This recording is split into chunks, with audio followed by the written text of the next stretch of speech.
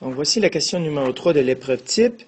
Donc, ici, on a la recette de biscuits. Donc, une recette de biscuits comprend du lait, de la farine et du sucre dans un rapport de 2, 12 à 3. En préparant son mélange, Henri utilise 260 grammes de farine.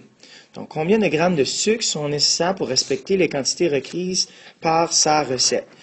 Donc, ici, on va prendre en notre rapport, donc le lait, dans son rapport, représente le 2, parce qu'il est le premier ici, puis le 2 est le premier. 12, donc, représente la farine.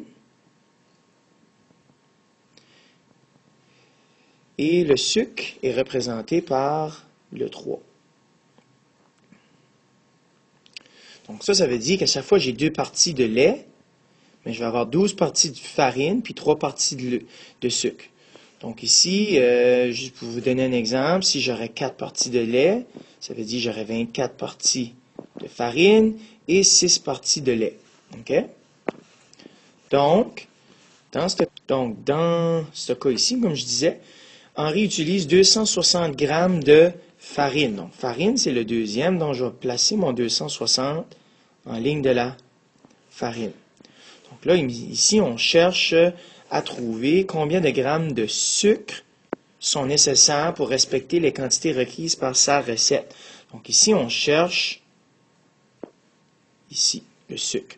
Donc, pour ce faire, on peut utiliser la règle de 3, donc 12, OK, en ligne du 3, en croisée. Donc, 3 fois 260 divisé par 12. Donc, 3 fois 260 divisé par 12, qui donne 65. Donc, ici, on a 65. Et ici, on avait, pour les 260, c'était des grammes. Donc, ici, ça va être des grammes. Donc, ici, on parle de 65 grammes de sucre. Donc, si on veut faire la recette comme il faut, donc à chaque fois que je vais avoir 12 de farine, je vais avoir 3 de sucre. Donc, pour avoir un rapport équivalent, on fait la règle de 3 et ça va me donner que la réponse est la B. Donc, je vais avoir besoin de 65 grammes de sucre pour respecter la quantité requise par la recette, donc par le rapport ici.